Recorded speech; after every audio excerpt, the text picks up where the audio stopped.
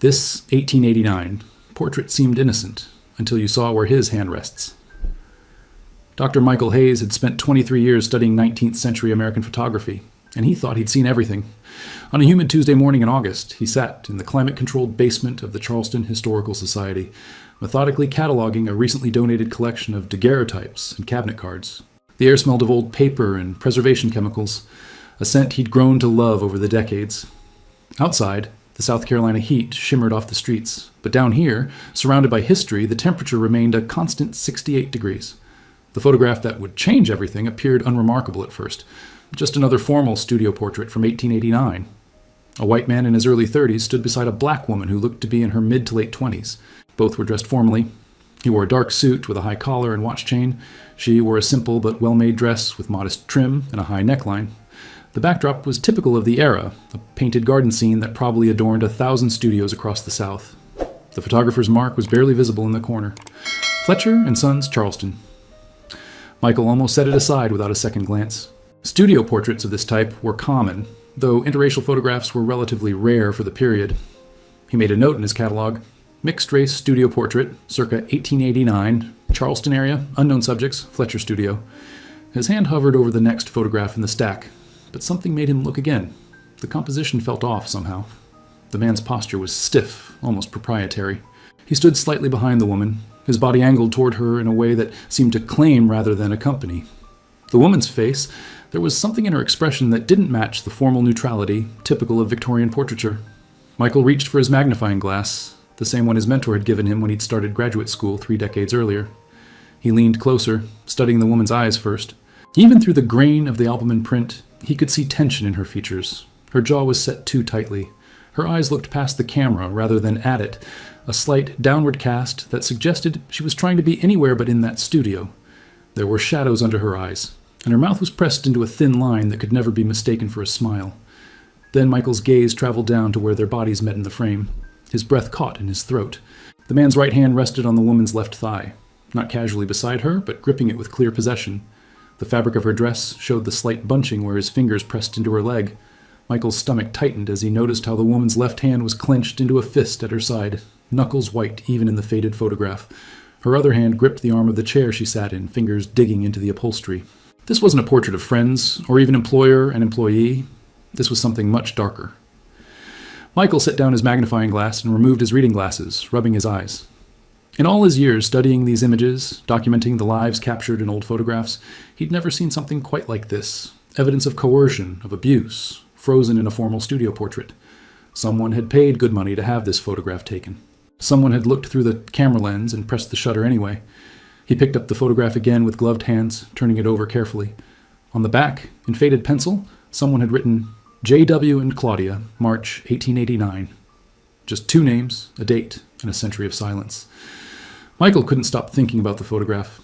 That evening he sat at his kitchen table in his Mount Pleasant apartment, the image scanned and displayed on his laptop screen. He'd enlarged it to examine every detail, and each new viewing made his stomach turn. The woman's expression haunted him, that mixture of fear and resignation that spoke of something endured rather than chosen. He opened a new document and began typing notes. J.W. could be dozens of men in Charleston in 1889. The city directories from that era were extensive but incomplete. Claudia's last name wasn't provided, which wasn't unusual for black individuals in photographs from this period. Their identities were often considered less important, their stories deemed unworthy of full documentation. Michael picked up his phone and called his colleague, Dr. Patricia Marshall, who specialized in post-Reconstruction African-American history at the College of Charleston. She answered on the 3rd ring, her voice warm but curious about the late call. Patricia, I found something today, Michael said. A photograph from 1889. I need your help understanding what I'm looking at. He described the image in detail, the hand placement, the woman's expression, the formal studio setting. There was a long pause on the other end of the line. Send me the image, Patricia said, her tone shifting to something more serious. Michael, you might be looking at documentation of sexual abuse. In 1889, a black woman working in a white household would have had virtually no legal recourse, no protection. If this man was her employer... That's what I'm afraid of, Michael interrupted. But why would someone photograph it? Why document it so explicitly? Power, Patricia said simply. Possession. In that era, some white men didn't just abuse black women, they flaunted it. It was a demonstration of complete control. The photograph itself might have been a form of psychological dominance, forcing her to participate in creating a permanent record of his ownership over her body. Michael felt sick. He looked at the image again, at Claudia's clenched fists and averted eyes. "I need to find out who she was," he said. "She deserves to have her story told, to have someone acknowledge what happened to her." "Then we start with the photographer," Patricia replied. "Fletcher and Sons. Studio photographers kept detailed records, appointment books, client ledgers. If we can find those archives, we might be able to identify J.W. and trace him to an address. From there, we can search census records, city directories, property deeds." Michael was already typing notes. "The Charleston Historical Society might have Fletcher's business records. I'll check first thing tomorrow morning." "I'll meet you there," Patricia said. "Michael, this is important work, but prepare yourself. What we find might be worse than what's in that photograph." After they hung up, Michael sat in the quiet of his apartment, staring at the image. Claudia looked back at him across 135 years, her silent testimony waiting to finally be heard. The next morning, Michael and Patricia stood in the archives room of the Charleston Historical Society, surrounded by leather-bound ledgers and boxes of business documents. The archivist, an elderly man named Robert Chen, had directed them to the Fletcher and Sons collection, 3 decades of studio records meticulously preserved by the photographer's great-granddaughter before her death in 2003. "March 1889, Michael muttered, carefully turning the fragile pages of the appointment book. His cotton gloves made the work slow and delicate. Patricia stood beside him, photographing each page with her phone for their records. The entries were written in elegant cursive, each appointment noting the date, client name, type of photograph, and payment received. Michael's finger traced down the March entries: family portraits, wedding photographs, memorial pictures of deceased children, a common and heartbreaking practice of the era. Then he found it. March 14th, 1889. J. Whitmore. Single portrait with household staff. Cabinet card, $2.50, paid in full.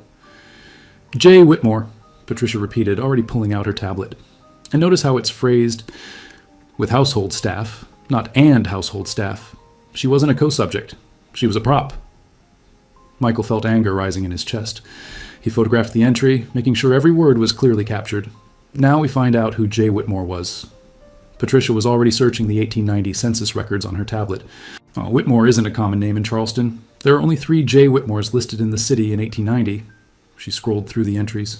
James Whitmore, age 67, retired merchant. Joseph Whitmore, age 19, clerk. And she paused. Jonathan Whitmore, age 31, listed as commission merchant, living on Meeting Street.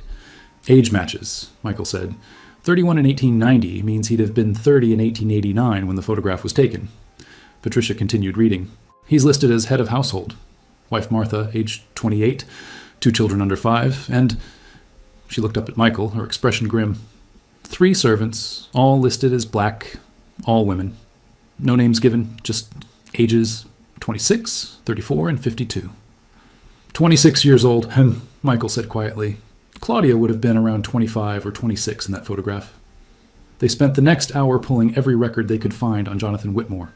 City directories confirmed his address, a large townhouse on Meeting Street, in what was then one of Charleston's most prestigious neighborhoods. Tax records showed he owned considerable property. Newspaper archives revealed he was a cotton commission merchant, facilitating sales between plantations and northern textile mills, a lucrative business built on the legacy of slavery. He was wealthy, Patricia observed, reading through a society page from 1888 that mentioned a dinner party the Whitmores had hosted. Well connected. His wife came from one of the old Charleston families. Michael found something else, a business advertisement from 1889. Look at this. J. Whitmore and Associates, commission merchants, honest dealings and fair prices. The hypocrisy is staggering. That was the era, Patricia said. Men like Whitmore attended church on Sunday, presented themselves as pillars of the community, and brutalized the women who worked in their homes, and society protected them, not their victims. Michael turned back to the photograph on his laptop. Now he could put a full name to the man, Jonathan Whitmore, respected merchant, family man, abuser. But Claudia remained only a first name, one of 3 unnamed black women listed as servants in a census document. We need to find out who she really was, Michael said. Her full name, where she came from, what happened to her after this photograph was taken. Patricia nodded. Church records. Black churches kept detailed membership rolls. If Claudia attended church in Charleston, there might be records. We should also check hospital records, property deeds, anything that might have her full name. They were giving a voice to someone history had tried to silence, and they were just beginning. 3 days later, Michael and Patricia sat in the small office of Emmanuel AME Church on Calhoun Street, one of the oldest black churches in Charleston. Reverend David Thomas, a man in his 60s with kind eyes and graying hair, had welcomed them warmly and brought out boxes of century-old records stored in the church's climate-controlled vault. "We've maintained our membership records since 1865, Reverend Thomas explained, carefully placing a leather-bound book on the table.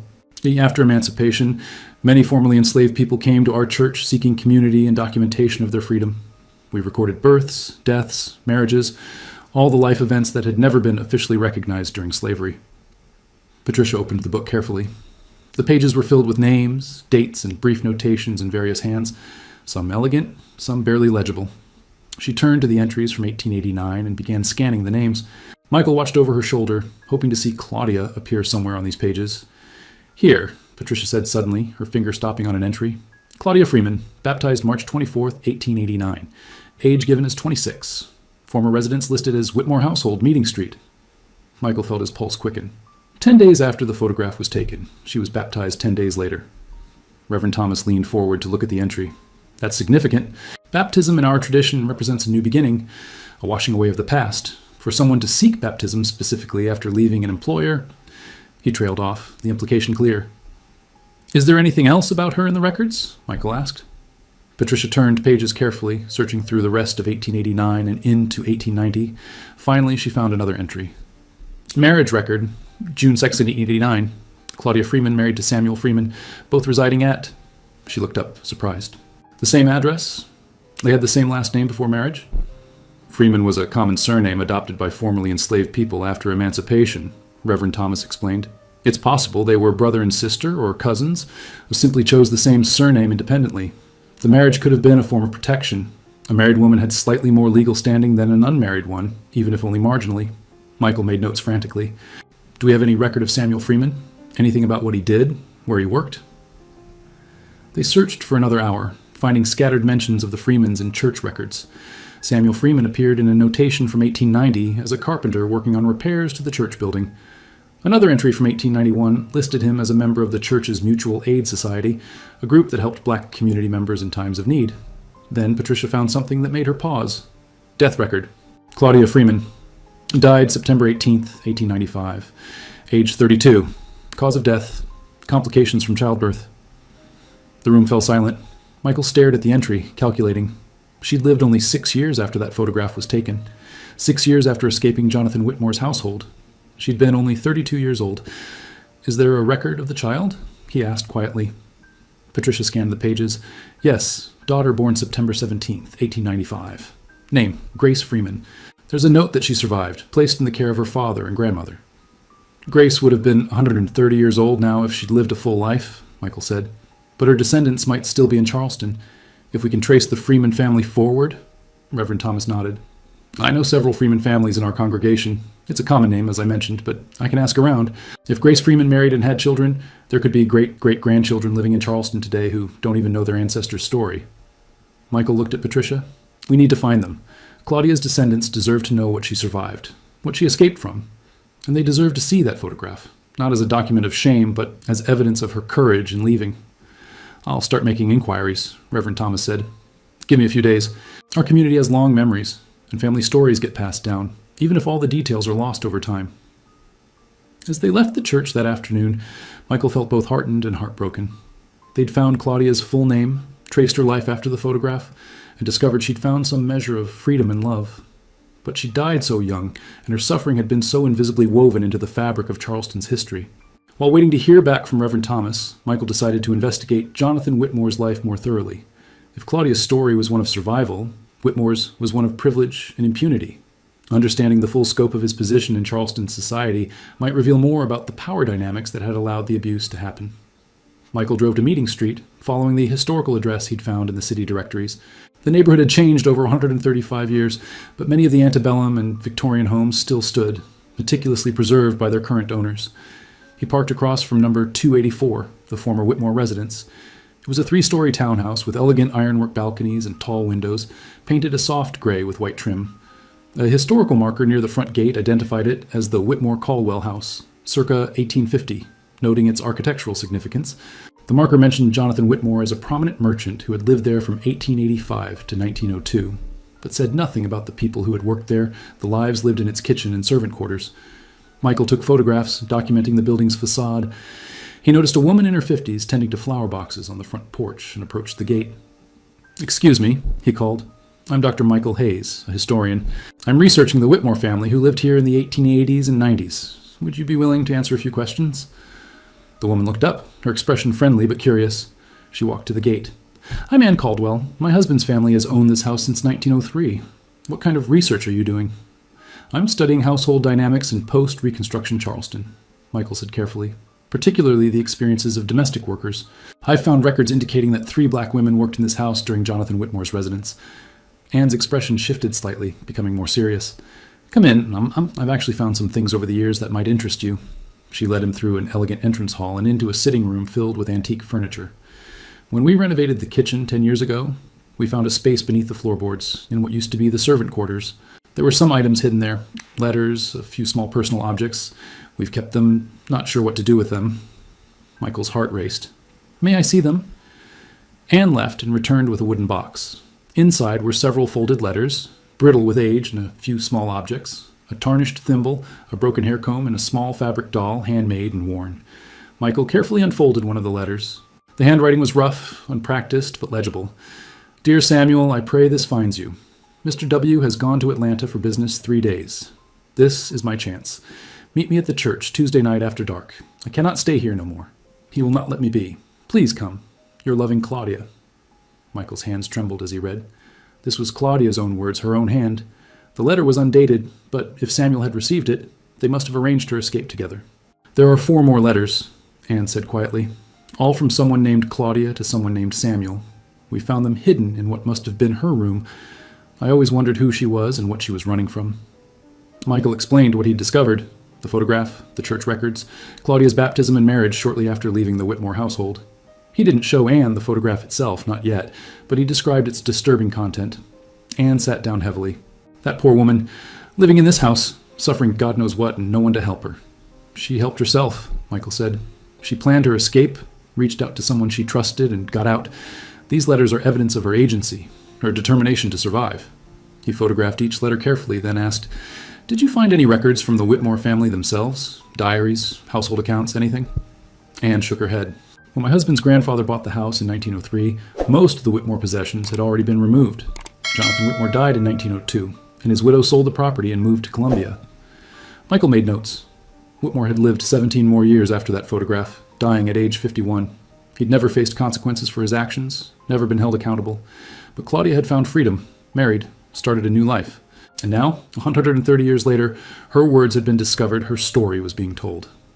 2 weeks after meeting with Reverend Thomas, Michael received a phone call that changed everything. A woman named Denise Freeman had reached out to the church, saying her great-great-grandmother had been named Grace Freeman, daughter of Claudia and Samuel Freeman. Michael and Patricia arranged to meet Denise at a coffee shop in North Charleston. She arrived carrying a worn photo album and a manila envelope, her expression a mixture of curiosity and apprehension. She was in her early 40s, with warm brown eyes and her hair pulled back in a neat bun. "Reverend Thomas said you've been researching my family," she said as they sat down. "I've always wanted to know more about my ancestors, but the records are so sparse. My grandmother told me stories, but she didn't know much herself." Michael chose his words carefully. "We found some information about your great-great-grandmother, Claudia Freeman, but I need to warn you, some of what we've discovered is difficult. It involves abuse she suffered while working as a domestic servant in 1889.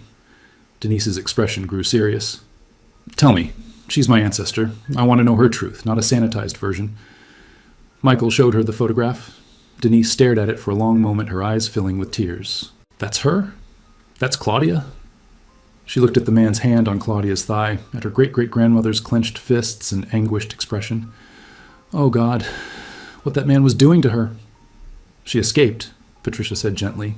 "She left the Whitmore household, married Samuel Freeman, and was baptized at Emmanuel AME Church. She found freedom and love, even after everything she endured." Denise wiped her eyes. "My grandmother used to say that our family came from strong women who survived terrible things. I never knew the details. She just said we came from people who refused to be broken."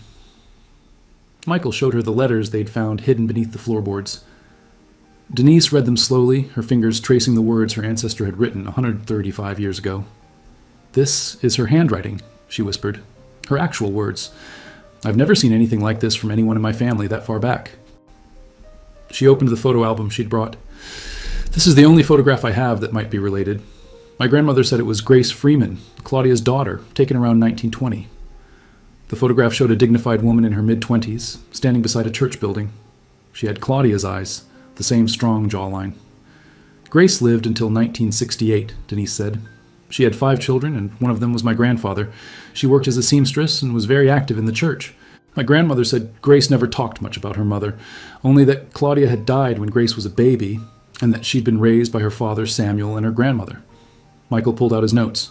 "We found records showing Samuel continued to live in Charleston, working as a carpenter. He never remarried. He raised Grace with the help of his mother until she was grown. He must have loved Claudia very much," Denise said quietly. "To help her escape like that, to marry her and protect her, and then to honor her memory by raising their daughter alone." Patricia leaned forward. "Denise, we'd like to tell Claudia's story publicly, with your permission, not to sensationalize what she suffered, but to document her courage and resistance. Stories like hers have been erased from history for too long." Denise nodded, wiping her eyes again. "Yes, tell her story. She deserves to be remembered not as a victim, but as a survivor. As a woman who refused to accept what that man was doing to her and found a way out." She looked at the photograph again, at Claudia's face. "I see her strength now, not just her fear. She's looking past the camera because she was already planning her escape. She was already thinking about freedom." Michael felt a chill run down his spine. Denise was right. In that moment captured in March 1889, Claudia had already been writing letters to Samuel, already planning to leave. The photograph documented not just her suffering, but the beginning of her liberation. "There's one more thing," Denise said, pulling a small object from the manila envelope. "My grandmother gave this to me before she died. She said it had been passed down from Grace, who got it from her grandmother, Samuel's mother. It was a small silver locket, tarnished with age." Denise opened it carefully. Inside were 2 tiny photographs, barely an inch across. One showed a young black man with kind eyes, Samuel Freeman. The other showed Claudia, but not the Claudia from the Whitmore photograph. This Claudia was smiling, genuinely smiling, her eyes bright with joy. "This must have been taken after they married," Patricia said softly. "Look at the difference in her expression." It was like looking at 2 different people. The Claudia in the Whitmore photograph was trapped, terrified, enduring. The Claudia in the locket was free, loved, alive. "This is how I want people to remember her," Denise said, not just as someone who suffered, but as someone who survived and found happiness, even if it was too brief. Michael spent the next 3 weeks preparing a presentation for the Southern Historical Association's annual conference. With Denise's permission, he would unveil Claudia's story to the academic community and argue for a broader re-examination of photographic evidence from the post-Reconstruction era. The night before his presentation, he sat in his hotel room in Atlanta, reviewing his slides one final time. The presentation included the Whitmore photograph, blurred slightly to protect its sensitive nature, alongside the locket photograph of Claudia smiling. The contrast was stark and powerful. Patricia called to check on him. "Are you ready?" "I think so," Michael said. "I'm nervous about the response. Some historians might argue I'm reading too much into a single image." "You have documentation," Patricia reminded him. "The letters, the church records, the census data, Denise's family testimony. This isn't speculation. This is evidence-based historical research." The next morning, Michael stood before 200 historians, archivists, and graduate students. He began with a question. What can a single photograph tell us about power, abuse, and resistance in the post-Reconstruction South? He showed the Whitmore photograph, explaining what he'd noticed upon close examination. The room fell silent as the audience studied the image projected on the screen. The hand placement, Claudia's expression, her clenched fists. Then he told her story. The escape, the baptism, the marriage, the letters hidden beneath floorboards. He showed Grace's photograph, and finally, the locket image of Claudia smiling. Claudia Freeman's story was almost lost, Michael concluded. She was rendered nameless in census records, invisible in historical narratives, reduced to household staff in a photographer's ledger. But she left traces, in church records and letters and the memories passed down through her descendants. And those traces tell us something crucial. These women were not passive victims. They resisted, they escaped, they built new lives. Our job as historians is to find these stories and give them the prominence they deserve. The applause was immediate and sustained. During the question period, several historians shared similar photographs they'd encountered, images that hinted at abuse or coercion but had never been fully investigated. After the presentation, a curator from the Smithsonian approached Michael. We'd like to feature Claudia's story in our upcoming exhibition on domestic labor in America. Would you and the Freeman family be willing to participate? Michael promised to ask Denise. As he left the conference hall, he felt both exhausted and energized. Claudia's story was no longer hidden. It would now be part of the permanent historical record. The conference presentation sparked unexpected responses. Within 2 weeks, Michael received emails from archivists, historians, and private collectors across the South, sharing photographs that showed similar disturbing dynamics. In nearly every case, the images depicted white men and black women in poses that suggested coercion or abuse, yet had been cataloged as innocent household portraits. One archivist in Virginia sent a photograph dated 1887 showing a plantation owner with his hand gripping the arm of a young black woman whose expression mirrored Claudia's. Another collector in Georgia shared an 1891 image with nearly identical composition to the Whitmore photograph. Michael and Patricia began documenting these cases, creating a database. They discovered a pattern. Most photographs had been taken in professional studios, suggesting the men wanted formal documentation of their control. The women in the images were rarely identified by name in any accompanying records. "This wasn't isolated," Patricia said during one of their research sessions. "This was systemic, and the photography studios participated by facilitating it." They decided to research Fletcher and Sons more thoroughly. Going through the studio's complete records, they found 3 other appointments where Jonathan Whitmore had brought household staff for portraits between 1887 and 1895.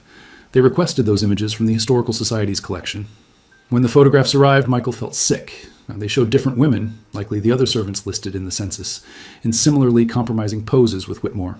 The pattern of abuse was clear and documented. He was creating a record of his power, Patricia said grimly. Each photograph was a way of asserting ownership, of humiliating these women even further by making their subjugation permanent and visible. One photograph showed an older woman, around 50, who might have been the 3rd servant from the census. Unlike the others, she stared directly at the camera, her expression not fearful but defiant.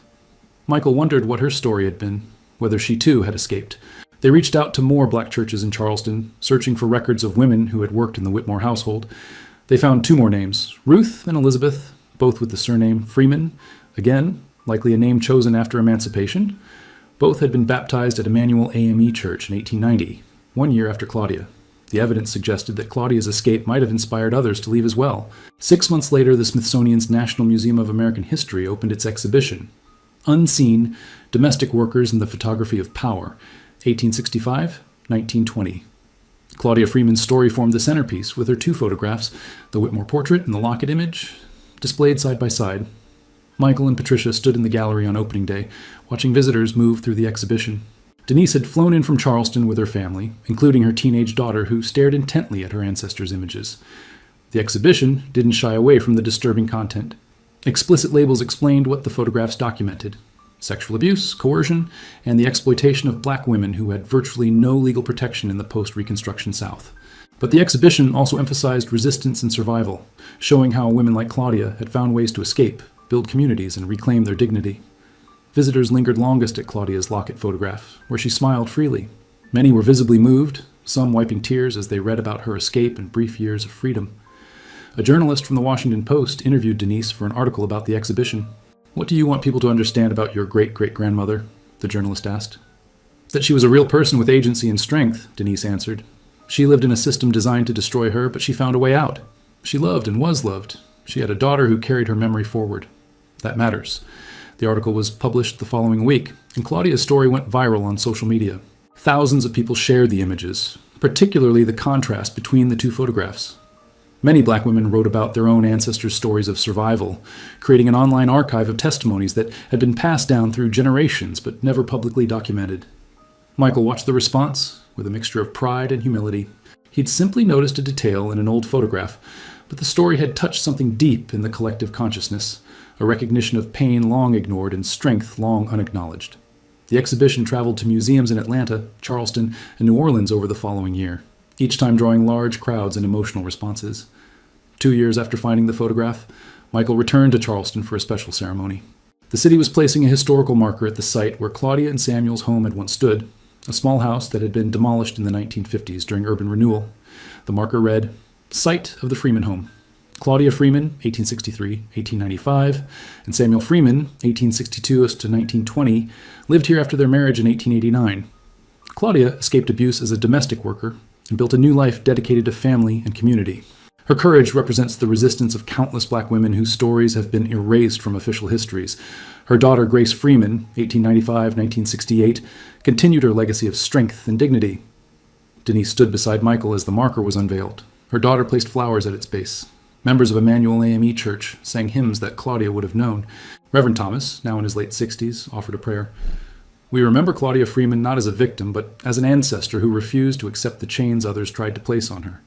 We honor her memory by continuing to tell these stories, by insisting that black women's lives and experiences matter, and by working toward a world where such abuse can never happen again. After the ceremony, Michael walked to the Charleston Historical Society one last time. The Whitmore photograph now resided in a special collection dedicated to documenting difficult histories. It would be preserved, studied, and used to educate future generations about the realities of post-Reconstruction America. But Michael thought most often about the Lockett photograph, Claudia's smile, the joy in her eyes. That image, too, was part of the historical record now, a testament to human resilience and the power of love to heal even the deepest wounds. He'd spent his career studying 19th century photography, analyzing composition and chemistry and historical context. But this investigation had taught him something more important. Every photograph contains a human story, and some of those stories need generations to finally be heard. Claudia Freeman had waited 135 years for someone to truly see what that 1889 portrait documented.